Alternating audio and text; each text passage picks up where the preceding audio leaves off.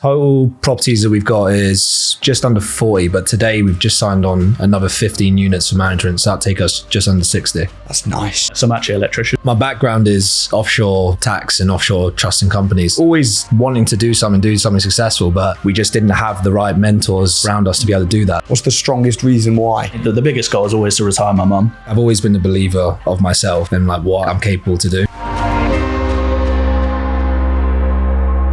My first ever Winners on a Wednesday is from Jersey. Jersey's a really interesting place because corporation tax is 0. And you're a tax advisor. That's correct, yes. Talk to me about Jersey taxes. Yeah, so my background is offshore tax and offshore trust and companies. So basically helping people, wealthy people like yourselves, set up offshore, benefit from paying much lower taxes than they would in other jurisdictions. So, setting up companies, setting up trusts and getting around things like inheritance tax, corporation tax. How much is inheritance tax in Jersey? So there's a few rules around it, but essentially a lot of people who will move to the UK, before they move to the UK and structure their business, they obviously know there's a 45% inheritance tax in the UK. So what they do is they'll structure that within a trust, and then they get around paying that 45%. So there's actually no charge on inheritance tax. If it's based in Jersey? Correct. If you have a trust based in Jersey, yeah. Which you don't own the trust, essentially. Right. And what about capital gains tax? If you buy, I know you guys do that, you buy houses, you flip them. If you buy a house in Jersey, say you buy it for £1 million and then you spend $500,000 on it and now it's worth 2 mil and you've made $500,000 profit and you sell it, how much tax are you paying on that capital appreciation? 0. 0 tax in Jersey? Yep. Yeah, 0%. And even income tax is capped, I think, is it at 26%? Income tax from memory around 25-26%. That's higher rate, whereas here it's like 45. That is just crazy. Yeah. So love that. And you're you guys are obviously friends, business partners. Harrison, you're in the trade? So I'm actually an electrician. So you're looking around when you walked into my house just now, you're walking around all my plug sockets, checking all okay. It was funny because I mentioned to you before that you were talking to Sam about the tax, and I said, "Don't worry, I don't know anything about this, but I can fix your socket if you want." Yeah, so that's a great partnership there where you've got different skills, different brains. Yeah. So with you guys in Jersey, I know you've done a bit of property for a while. You, Harrison, you did your first flip recently? First flip, and I'm on my second project now, yes. But that's in Jersey, but you've got loads of stuff in England going on. I know. People go, you have a property business? Like, yeah, we do. Oh, in Jersey? No, in the UK. It's like, I do a few projects in Jersey, but the main bulk of it is in the UK, And they're like, what?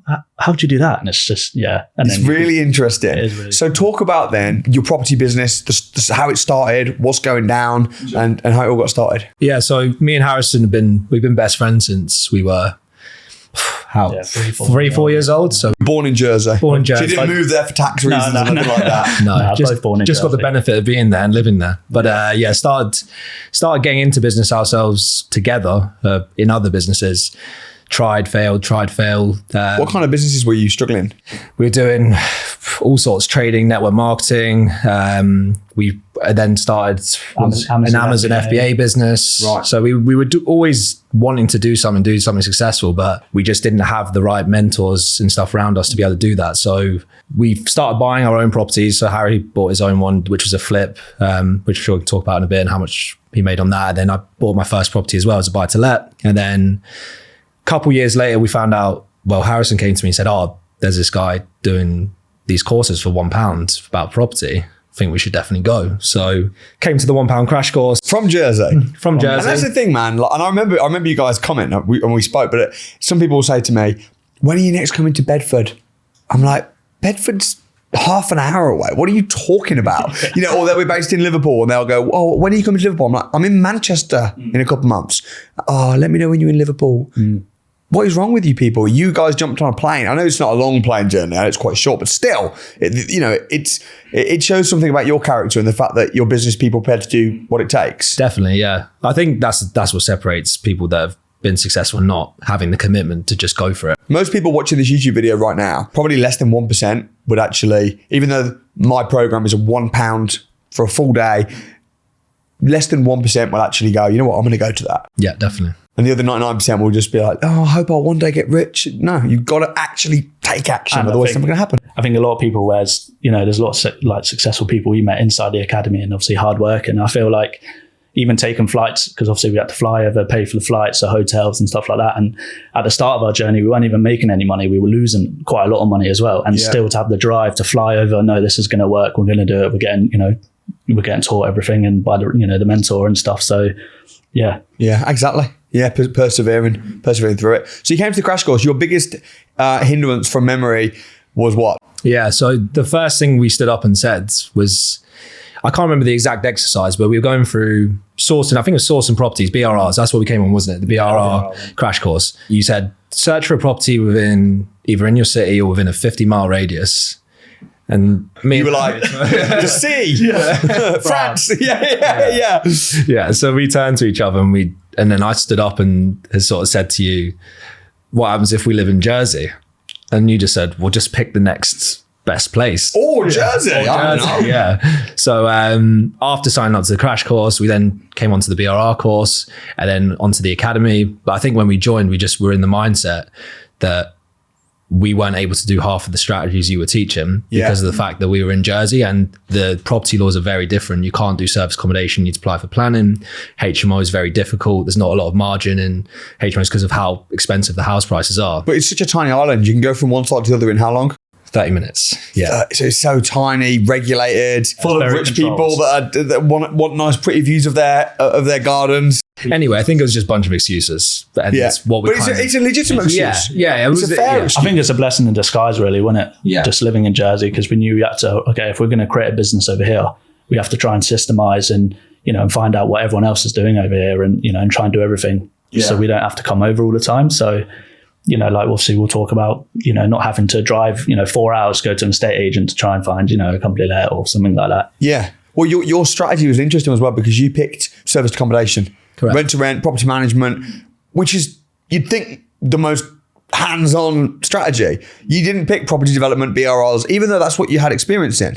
You didn't pick Jersey. So it's very interesting. So how much did you make on your first flip in Jersey? So my first flip in Jersey, I made 121,000. So you bought a house, did it up, sold it, made 121. No capital gains tax. No capital gains tax. Yeah. And is that what kind of made you think, damn, I've been messing around with network marketing and cryptocurrencies and this and that and the other, and I just made 121 grand on one flip. Yeah, I mean, I've always wanted to be in property, always, and I just knew, like, my knowledge was, if you buy a rundown house, do it up and sell it for a profit. That's all I really knew, and also buying buy-to-lets and renting it out. You can live off the income from obviously the tenants paying. How many properties have you guys got now in England? In the UK? Yes.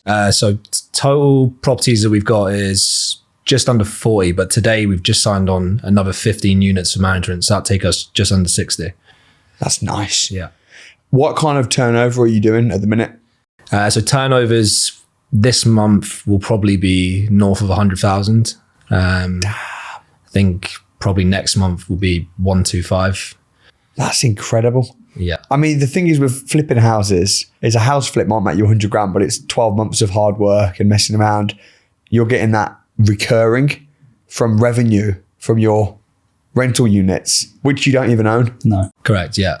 Which is absolutely mad. It is mad. And I can't wait to delve into how you've done that and certainly how you've systemized it. Did you have a lot of money to start with, or did you have to throw a lot of money at it, or did you build it pretty much from scratch? Or so even joining the academy, we had a bit of money aside because we were going to do a BRR, but then we actually decided to get a loan to join the academy, and the reason was to use the money that we had to do a BRR. Right. But then I remember speaking to Elliot, because Elliot got us on the academy, and he said, well, why don't you join, learn all the different strategies, save your money, and then you'll know how to do, all the other strategies as well. Don't rush into investing your money. Don't rush into investing your money. But rush into investing your money if it's on education. Because that's the thing you need to do quick. Which is weird, because obviously I made quite a bit of money on my first project in Jersey, but the UK is a lot different, obviously, to Jersey, prices, etc. So that was sort of the route. And then I don't know, we were speaking to a lot of members, academy members, and we just thought, well, maybe we'll try rent to rent, Yeah, I think we didn't have too much money. We had about 40,000. Yeah. And for us, the main thing for us was to get out of our jobs, because Harrison's just handing in his notice, so he'll be full time in. Oh yeah, it's about time. 4 weeks. Yeah. What did your friend say to you as well? Because what did your mate that sold his business? Tell me about that. Yeah, so like a sort of a family friend. We're just speaking at a party recently, and he sold his business for a lot of money, and he was And it was in the hundreds of millions. in the hundreds of millions. Yeah. You wouldn't know by looking at him or speaking with him. No, you chilled wouldn't out. know. No, Like just most chilled out wealthy guy. people. Yeah. I mean, coming in with 2 bottles of champagne bottles, but like just a genuine guy. You just wouldn't know. And he said something that stuck with me really, saying, well, the best thing is you're quitting your job soon, and you're going to be able to scale your business a lot more and actually focus and actually be able to grow your business and do very well now. So that's one of the... It's nice to have support like that from people that have been there, done it. Because once people quit their job and go into business, I don't know anyone ever who I've trained or been on the academy, or even that I just know, who's quit their job and then gone back. Yeah. Because even if the business is a bit of a struggle and it's kind of failing, it's still better than a job. It just having a business just wins hands down every time. It's funny, isn't it? Because I'll be at work and I'll have a look and I'll get a booking on my phone and it'll be like 20 grand or something like that. And I just message Sam like, what are we doing? What are we doing in our jobs? Not to say anything bad about jobs or anything, but it's just like there's just so much money to be made out there and so many different ways on how to do it. Yeah. What took you so long to quit your job then, Harrison? So we've had, obviously got a mortgage, bills, stuff like that, got a few overheads and stuff. And probably the fact that I've quit my job before too early, failed with a business, and then probably went back. So you're the one person that I do know then. Yeah, but it wasn't property. It was it was a network marketing, the trading, this stuff like that. But it was sort of I didn't really. So it burned you a little bit from wanting to quit your job again. Yeah. So now you're like, when I got 100 grand a month revenue, then I know it's time to leave. Yeah. So I think maybe that was one of the reasons, but also not to rush it. We just knew that we were going to be successful. Here's the thing, right? This is what people are going to know. You're living in Jersey, which is middle of nowhere, is for all intents and purposes. Not for you, it's not, because it's where your house is and your family. But it's a little island, and it's a plane journey to get to England. Full-time jobs. How on earth did you manage to grow a rent-to-rent business and a property management business doing 100 grand a month revenue from Jersey in full-time jobs? That's what we need to know. Yes, I mean, like Harry was saying before, it's kind of been a bit of a blessing in disguise because we've had no other choice. So there's been a few things. I think the first thing is the academy has been a massive help because we're not in the areas we've got the properties in. So if we've had an issue, we need some way to resolve that. And by meeting people, making connections, helping people, giving people advice, we've managed to build a good network of people that if we need a favor, we can call upon it. One name I can give a shout out to, for example, is Jamie in Manchester. There's been a few times where we've had issues with lockboxes taken off walls and cleaners not turning up, or viewings need to be done for guests. And, he's been willing to just give us a hand. So I think the academy has been a massive help. I think secondly is making sure you've got really good cleaners, maintenance. And then on top of that, we've just systemized, put a lot more systems in the back end, AI to do all our guest messaging. We're going to talk about that. So there's a lot of different elements, but I think the main thing is, which is really important, your network is so important. So getting around a community like the academy is massively beneficial. Having cleaners that you can trust, because we've gone through a lot of cleaning companies, we've had a lot of issues. So we now sort of know which cleaners to work with. We also know what to look out for, and maintenance also, because to manage guest expectations and get things turned around really quickly, it can be very difficult to manage that within a few hour time frame. So having a maintenance team that you can call upon to solve those issues is really important. So there's a few different things. I think also to add to that is hard work. We still both work full time. You're part time now, I'm full time. Doing a house refurb at the minute and trying to manage over 40 units. It's been a struggle, but you sort of learn as you go along, and you just, like you said, with the cleaners, etc., and you learn to systemize as quick as possible. And it's your network, really. It's your network. Yeah, it's a lot of sacrifice, and we've both sacrificed a lot, and we've both butt heads a lot. Not for bad reason, because we both want to see the business succeed, but it's hard. There's no balance. You've just got to go for it. I was speaking to a friend actually about this, funny enough, this morning. And, he was talking about his business and saying how, it's only making a little bit of money, and how, he's not sure if he's going to carry it on or whether it's going to be worth doing. And, he's not having much success prospecting clients or taking on more business. And the real answer is, which is my honest truth as a friend, is you've just got to work harder. You got to be willing to put in the work, and there's no one that's going to tell you to do that other than you. So you need to be willing to graft and do. I'll try and kick people's asses on the masterminds, but you've got to have that drive. Where does that drive come from then? What's the goal? What is it that gets you up in the morning? What's the strongest reason why? Personally, I think for me, it's probably the biggest goal is always to retire my mum. Always wanted to do really well and retire my mum, because I feel like that's probably the best thing anyone could ever do. You know, parents raise you all your life, and I think that's the main goal for me. And also, you know, like to have a family one day and be able to provide properly for my family. So I think knowing that's to come in the future, I think that's probably my, That's nice. my biggest. That's a beautiful reason. Looking after your family, making sure your parents and and future kids don't have to worry. What about you, Sam? What is it that gives you that drive? Where's it come from? I think it's just having an expectation or having something about yourself that tells you're worth more than what you believe, or that, you know, you can definitely do more in life. Like, I've always been a believer of myself and like what I'm capable to do. So I don't want to be sitting there in 40 years time thinking that all that potential has just been lost. So I just want to hit that potential that I know I can achieve. That's Born winner. Don't want to be retiring at 70 years old saying, what if I'd started that business? What if? That's awesome. So systemization then with service accommodation. Are your properties, are they mostly rent to rents, or are they mostly properties that you're managing on behalf of the landlord? Yeah, so we have currently 4 rent to rents, don't we? And then the rest are just all mostly just management. Mostly management. How are you finding landlords? It's mainly through referrals, isn't it? Through, you know, academy members, direct to landlords, like on websites. Funny enough, actually staying at Airbnbs and staying there and getting, obviously when you stay there, you get the landlord's contact details when you check in, and just speaking to them and just saying, hey, we see you've not got a lot of bookings. It's a weekend in London. Surely this should be booked. And they're like, oh yeah, this should be booked. And then next thing, say, look, well, we actually specialize in getting long-term bookings. You know, we manage quite a lot of properties in the area. That's cheeky. Smart. Should we have a chat? And then funny enough, it could be a landlord with 20, 30 properties. So when you're down here, rather than staying at a hotel, you're staying at Airbnbs. Yeah. And then if they're not performing that well, you're all over it. Yeah, you've got to be clever with it. You know, we don't have the benefit of being in the UK. So there's certain things that we've got to be clever with. Like Harry said, one way I'd stayed in a property on Saturday, and I mean, it was in the most prime location you could be thinking of in London, but it had no bookings. And I'm thinking, what are they? Why is that then? I think it's probably down to how they're marketing. They weren't on Airbnb. They were only on booking.com. I couldn't see a presence on the website. So they obviously don't have a brand that they're building. Is that because they're not on Airbnb because of the 90-day rule maybe? Or quite possibly. And maybe they just don't know how to market in London. They just don't know how it works. They don't know the rules. What are the rules exactly? Because there's a lot of discrepancies on this. I was just talking to Nicole. Yeah. So there's a 90-day rule, which means on Airbnb, you can only book the property out for 90 days.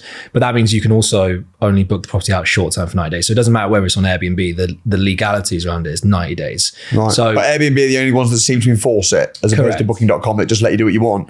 Correct. But what we do is, rather than just doing everything short term, is through what we built, contacts, also through our website, is we're actually getting a lot of clients who are staying either under like a license to occupy or an excluded license agreement, whichever you want to call it. Yeah. But what is that? What's an excluded license agreement? Yeah. So it's basically, they're classified as an occupier. So they're allowed to occupy the property, but they don't have the same rights as what a tenant would. Right. So essentially they're under a contract and they're using that property as their main residential home for a period of time. So an example in London, which is really common, is either people relocating for work or companies which are paying business professionals to stay in units. So for example, let's just say a bank like HSBC, they've employed someone to come do a secondment, work in London for 90 days. They're paying for the accommodation for 90 days.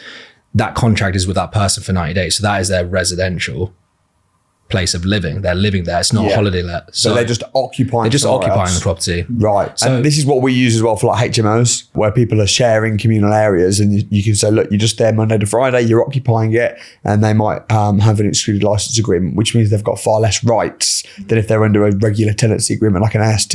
Yeah. So that's how we're kind of getting around it. And to be honest, how we do most of our properties is we don't really focus on short term. We mainly focus sort of in the mid-term market. How long does the average guest stay for at your properties? It's roughly 28 days. Okay. So it's not like they're coming for a night or two. No, it's the way you market the property. You know, a lot of people do short-term stays, 1 night, 2 nights, but we tend to do 15 nights minimum and then increase it so that you're trying to get different sort of clientele staying in the property, people relocating in the area, etc. Give me a case study example of like one of your properties in London and how much the landlord would have got if he rented it normally, but how much he's getting now, and then also how much you're making? Yeah, so I'll give you a good example of one in Essex that we were managing. So one of the clients we've got, they were losing about £1,000 a month on that unit. Because of what? Mismanagement, not enough time. Oh, it was already an SA? What did I say? Oh, sorry. So you mean if it was as a residential? Whatever. I just want a case study just to be able to sell your service to landlords.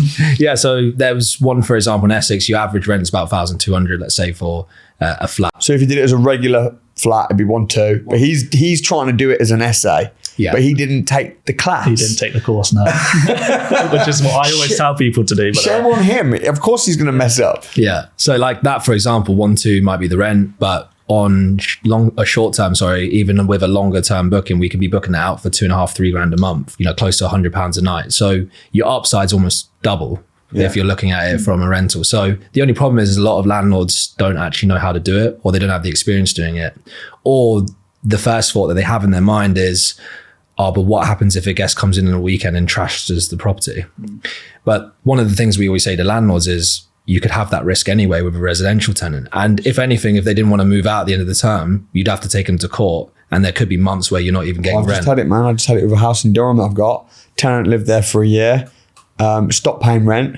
We served legal proceedings, Section 8 at her. And then she moved out at the last minute in arrears, owing us money.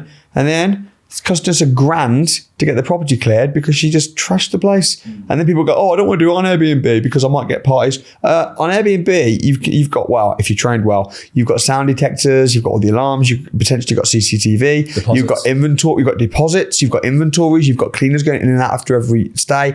Your properties, generally speaking, are in much better condition than they would be if you rent it to a regular family. Yeah, definitely. Yeah. And going back on the point with the landlords and not taking the class, I mean, it just gives more opportunity for people like us to come along, spend the money and time on education, and then actually make them a lot more money and make them realise. And then we all essentially do a lot better. And they're never going to take the class. They're never. No. There's a lot of people that they haven't got the inclination or the time or the energy. No. So this one in Essex says that if it was a normal regular AST, it would be 1,200, but he was doing it on a service accommodation badly and was losing money because he just didn't know what he was doing. Yeah. And then what happened? So turned it round, is roughly being booked on average for $2,500 a month. So that's been, pretty much 90 to 95% occupancy on that unit. So it's been very high occupancy. But another good example of just touching on that is, so our first 2 ever rent-to-rents that we took on was from a landlord in Manchester.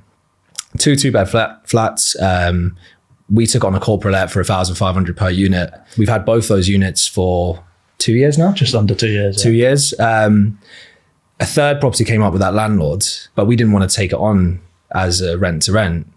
We thought, hang on a minute, the profit that we could make on it could be similar with the numbers we're doing just with management. Right. So we showed him the numbers we were doing on the 2 units in a similar area. We said, well, why don't we do management? So we've now taken on that unit for that landlord. We're managing it for him. But the other side to that is the 2 units that we've got, we've just flipped them both to management as well, because he wants the revenue in terms of what he sees on what we're doing. It's so nice. And you know what's so great about that? From your perspective, there's no risk. From your perspective, there's no money up front. But from his perspective, if he's thinking, oh, you're going to make a fortune, no, I'm just going to take a percentage. Yeah. So what do you manage? So from that Essex one, if that's doing $2,500, how much of that $2,500 is going in your back pocket? So our management fee ranges anywhere from 10 to 15%. So depending on the unit, but let's say for that one, it'd be anywhere from £200 to £300. Yeah, so you might make a few £100 a month on it. But you're in Jersey. But yeah, and also in Jersey, buy-to-let landlords are probably making the same and spending about 100 to 150 grand to buy it, do it, go full court, all that stuff, take months to do it. Whereas we just speak to a landlord, take their property and make the same money. What's your roles and responsibilities then? What do you? Yeah, so Sam basically, he does, we both do a lot of the networking, but Sam normally onboards, let's say if you're a client, he'll onboard you, jump on a call, basically explain everything. And then I do all the back end stuff, set up on Airbnb, get all the AI working, do the cleaners, do all that stuff, and then I manage basically the portfolio. So he's front end, you're back end. He's marketing and sales, your operations. Yeah. So we work very well because Harry's very hands-on with what he does. And now about to quit your job, so that's gonna talk to me about your how you're utilizing artificial intelligence, AI, because a lot of people will think if they're doing serviced accommodation and short stay lets, it's going to be loads of hassle managing guests. But you've systemized it well, but you've even gone to a whole new level with AI. Could you talk a bit about that? Yeah. So essentially, if you book our property, you'll get an automated message out that says, "Thank you for booking our property." You'll get the check-in details. And that's normal though, isn't it? That's just like normal. We teach that. Everyone does that. That's from our channel manager, yeah. So you'll just get a normal automated message. "Thank you for booking the property." You'll get the check-in details. It's kind of spooky. That's like, that's standard. Yeah, but standard, you guys have now gone to a new level. Yeah. So then on the morning of checkout, 11 a.m., our channel manager will send another message. Right. And then it will say, "Please type in this code and your name." And that's AI. So each property has a certain code. Uh-huh.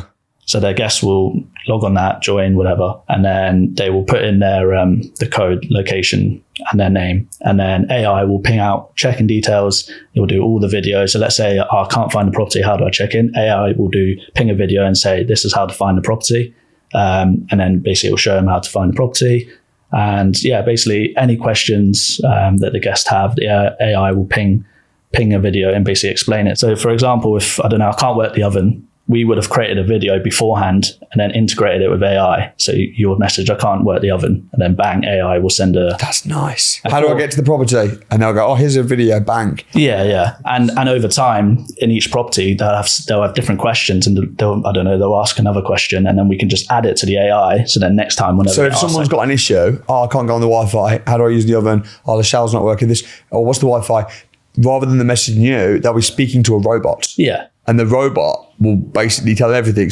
And if the robot doesn't know, that's only when you'll get involved. But then you'll then teach the robot so it never happens again. Yeah, pretty much. Yeah, it saves so much time. And like most of the time where we were spending was messaging guests because a lot of them do ask the same questions and some of them are very stupid questions. So it's all about... Do they know they're talking to a robot? Some people do. Some people don't. I feel like some people have messaged me saying, "I've spoke to AI and it's not telling me how to do," but then that's probably the video we haven't created.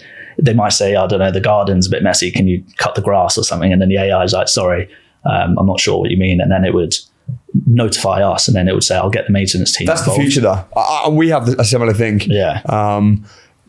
With our properties. And I even on the academy, we have the AI Samuel Leeds, don't we?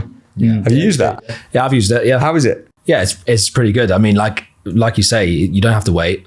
So it's 24/7. If you wake up at 3:00 in the morning and you just think you got, "Man, I've got a question. What's base rate doing and how's it work?" You just message the AI Samuel Leeds. Yeah. If you want to speak to the real Samuel Leeds, that's cool, but you can book an appointment. But it's great having both. And that's the thing. I don't think AI will necessarily completely, it can't replace everything, but it can replace a lot. And as you said before, using AI and having a good network, so you can call up Jamie from Manchester and go, "Bro, can you cover me?" And people doing favors like that, it always pays off. That's the thing with the academy. There's a lot of goodwill going around, but what goes around comes around. Yeah, definitely. I was just touching on that. I think the reason why we've stood the test of time, because we've been in the academy almost 2 years now. Yeah. And, we see a lot of people who maybe come into business just with the idea of making money and not coming into it for the right reasons. Yeah. So I think one thing which we've learned and one thing which we always stick by in our principles is just do the right thing. And one thing which you teach and one saying you used to say is just plant seeds, with no expectation. And we just give advice. We help people. We don't expect anything in return. And then all of a sudden a boiler leaks in Manchester and we think, "Oh, actually might need a hand there." And we get a few favors back. But I think that's also, we do a little bit of deal selling, but not too much. But like it also goes down to deal selling as well, and just making sure you keep your credibility and don't just sell a deal or take on a property for management just because you think you can make some money. A lot of units for management we've turned down just because we tell the clients it doesn't work with management. You need to manage it yourself. There's not enough margin. Because what we don't want to do is be 6 months down the line, the client turn around to us and say, "Harry, Sam, you told us you're going to make £1,000 and you're only making 300. Qualify before you sell. Exactly. Make sure it's a good fit. Yeah. And then if it is, then sell. If it's not, then don't. We even get that with estate agents as well. Sometimes we turn down the deals that they pass to us because we say the client's not going to make any money. And they're almost a bit shocked, aren't they? Like, what do you mean? Like, oh, can't we just sell the money, sell the deal and, make some money? But at the end of the day, 6 months later, the money follows the value. Exactly, you can't chase the money. You got to chase the delivery of a good product. And maybe that's probably why I touched on what you said before.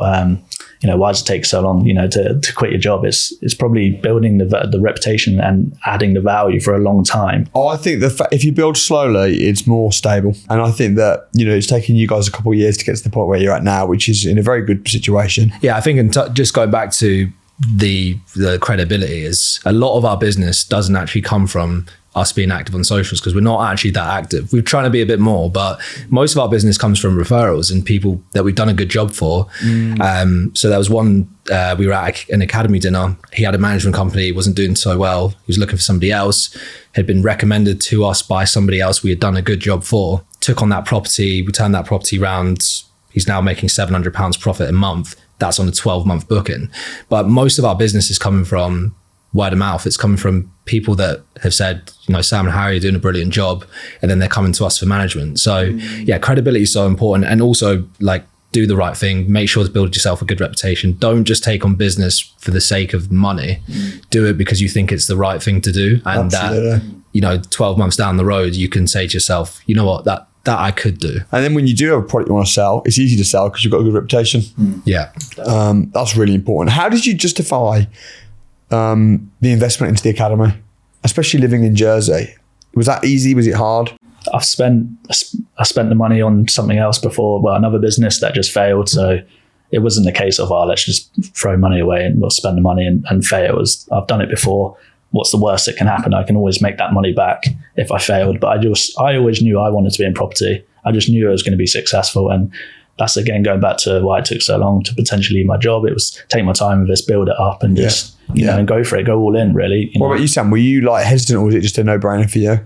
I think we've always been pretty open-minded in terms of business. And like I said, to be honest, we were a little bit hesitant when we sat down a little bit, because we did sit down on the course and we said, well, all these strategies we can't do in Jersey, because BRR, for example, we can't buy a house for 60 grand in Jersey. A flat's 300,000. So when you rolled to the academy, you didn't have a plan. You just thought, we'll figure it out. We had actually went on the crash course, and our plan was, when we came to the buy, refurbish, refinance, was to buy a property to do up. That was the plan. And then we sat down with Elliot, and Elliot sort of said to us, you should join the academy and you should learn all these different strategies. And we were hesitant because we were set in our minds to buy a property. That was what we had in our minds. But that would be making you peanuts compared. Yeah. I mean, it's one of the best decisions we've ever made. And, to now, our plan by the end of this year is to be at 100 units under management. We're also thinking about setting up our own estate agency in Jersey. Wow, that would be nice. Yeah. And being the first business in Jersey to offer a short-term let management business, because there's none existing at the minute. So I'm so excited. Yeah. So, I mean, without joining, we probably would have just had another buy to let. And it's interesting because a lot of people from overseas now are inquiring about the academy, and even coming from crash courses. The last crash course I did, there was 6 countries represented in the room. And not obviously not, I was born in, where have you travelled from? One guy had come from Florida, Ireland, Wales, Scotland, the usual 3. People always cover there. But then there was a few from across Europe. And I'm thinking, this is mad. Yeah, travel all that way. For a one day, I know it's a long day, but for a one day program. But then it just goes back to people wanting to be successful and, willing to do what it takes just to get here to learn. And then it's a case of figuring out, are we going to do this in the UK or are you going to do this in your home country? And either could work. It's about figuring out what's best. You're doing stuff now, or looking to do stuff in Jersey with the management company, and which is incredible, but also killing it here in the UK. Where are most of your properties based? Yeah, all over the place. We've got Brighton, Manchester, London. Oh my goodness. Cardiff. Yeah, we've got some in 11 cities currently. 11 cities, And then I think our plan next in terms of what we want to do for our own personal projects is probably, we're thinking about doing a self-service hotel. That's what we want to do. Looking to potentially take on investment for an investor looking for a hands-off approach, but basically do all the sweat equity with the management, because that's what we're very good at. So we've got that in the pipeline. Well, it's like, do you know the deal I did with Richard and Nina Harris? No. So we got a hotel in Cambridge, and it's got 26 units, a couple of acres of land. And then I was thinking, you know what? I don't personally want to have to manage this. I'd love someone to manage it for me. I was thinking, who could I do it? And then I remembered Rich and Nina talking of doing people favors. I needed a viewing covered in Sandbanks, and I couldn't make it. So I dropped on the group chat and said to the academy members on the hub, I was like, oh, can anyone cover this viewing for me today? And Rich and Nina covered me. So I just thought of them, and now they're managing it. They'll probably make 100 grand a year profit just for managing it. Yeah. But I'm happy because I'm making a lot, but I'm not doing anything. But it's just crazy, isn't it? There's the pie. A lot of people come like trying to make money, but the pie is so big in property. You can just find your niche. Yeah. Everyone can make money. The investor can make money. The agent can make money. Everyone can make money. Yeah, I think that's well, it's so important to do the right thing. Just like touching back on that, because you never know 6 months, 12 months down the road what might come of it. Something might not come of it. But we've had people we've helped 12 months ago help turn their service accommodation business around or whatever it is, and give them advice on how to set up and systemize. And 12 months later they're saying, "Oh, have you got any deals?" And it's so. How many deals do you sell a month? Probably on average between 2 and 3 deals. And you're charging how much for a deal? 3,000. So you're making about 6-9 grand a month from deal selling. A couple co-sourcing sometimes. So normally one is sold ourselves to a co-source. So let's say 6. But then the big money's coming from the management. Yeah, most money's come from management, and we're not actively deal selling. We just passively do it because we built contacts with agents now, and they pass us deals. Our main focus is the management. Makes sense. Well, guys, really proud of what you're doing, and it's a great case study as well from people from Jersey, overseas. Really appreciate you coming on the show, and hopefully people have found that really useful. Yeah, thanks, Thank you, Samuel. Sam. Appreciate Thank it. you.